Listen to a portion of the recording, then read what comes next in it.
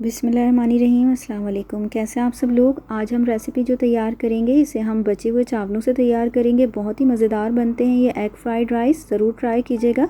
इसके लिए सबसे पहले हमने मिक्स्ड वेजिटेबल्स ले ली हैं। मैंने यहाँ पर 3 अलग अलग कलर की पेपर्स ली हैं, तो आप किसी भी एक कलर की भी ले सकते हैं। ग्रीन वाली शिमला मिर्च आसानी से मिल जाती है, आप वो ले सकते हैं। 1 कप के करीब ये मिक्स वेजिटेबल्स हैं। इसमें गाजर भी है और थोड़ी सी हरी प्याज है। इसके अलावा हमारे पास बॉयल्ड राइस है। बॉयल्ड राइस 4 कप हैं बॉयल होने के बाद। तो ये 4 कप के करीब बॉयल्ड राइस से बनेगी रेसिपी। साथ ही 1 क्यूब ले लिया है हमने। आप इसकी जगह चिकन पाउडर भी ले सकते हैं 1 टीस्पून। इस रेसिपी को तैयार करने के लिए सबसे पहले हमें 4 टेबल स्पून ऑयल चाहिए। आप ऑयल की जगह बटर भी ले सकते हैं या थोड़ा सा ऑयल और बटर मिक्स करके भी इस्तेमाल कर सकते हैं। सबसे पहले हमने यहाँ पर लहसुन चॉप करके ऐड कर दिए हैं, ये 1 टेबल स्पून है। और जैसे ही इसके किनारे गोल्डन होने लगेंगे तो हम यहाँ पर अंडे शामिल करेंगे। मैंने यहाँ पर 2 लार्ज साइज़ के अंडे इस्तेमाल किए हैं और अंडों को थोड़ी देर इसी तरह से छोड़ देंगे। उसके बाद हल्के हल्के से मिक्स करते जाएंगे।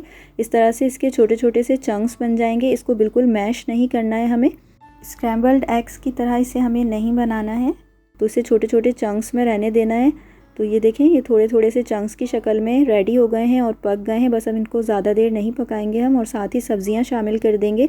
सब्जियों को हमें तेज़ आंच पर पकाना है, तो इस टाइम आंच आप तेज़ कर दें। और साथ ही क्यूब भी ऐड कर दिया है मैंने।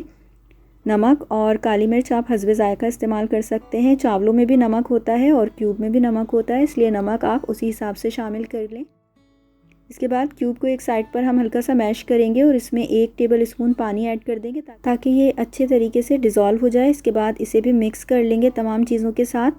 तो वेजिटेबल्स हमारी ऑलरेडी हम तेज़ आंच पर फ्राई कर रहे थे, तो ये अभी तक बहुत अच्छे तरीके से फ्राई हो जाएंगी। और इसके बाद हम साथ में इसमें आधा टेबल स्पून के करीब सोया सॉस शामिल कर देंगे। ये लाइट सोया सॉस था।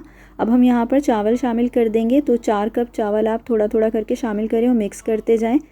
चावलों को अच्छी तरह से मिक्स करने के बाद हम इसे हल्की आंच करके दम पर रख देंगे कवर करके, और 4 से 5 मिनट तक इसे छोड़ देंगे ताकि तमाम जो चावल हैं उनमें अच्छा सा मसालों का टेस्ट आ जाए। और आप इसे आखिर में गार्निश कर सकते हैं हरी प्याज से।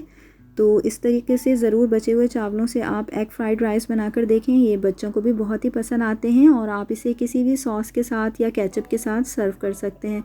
तो ज़रूर ट्राई कीजिएगा। अपना ख्याल रखिएगा। अल्लाह हाफ़िज़।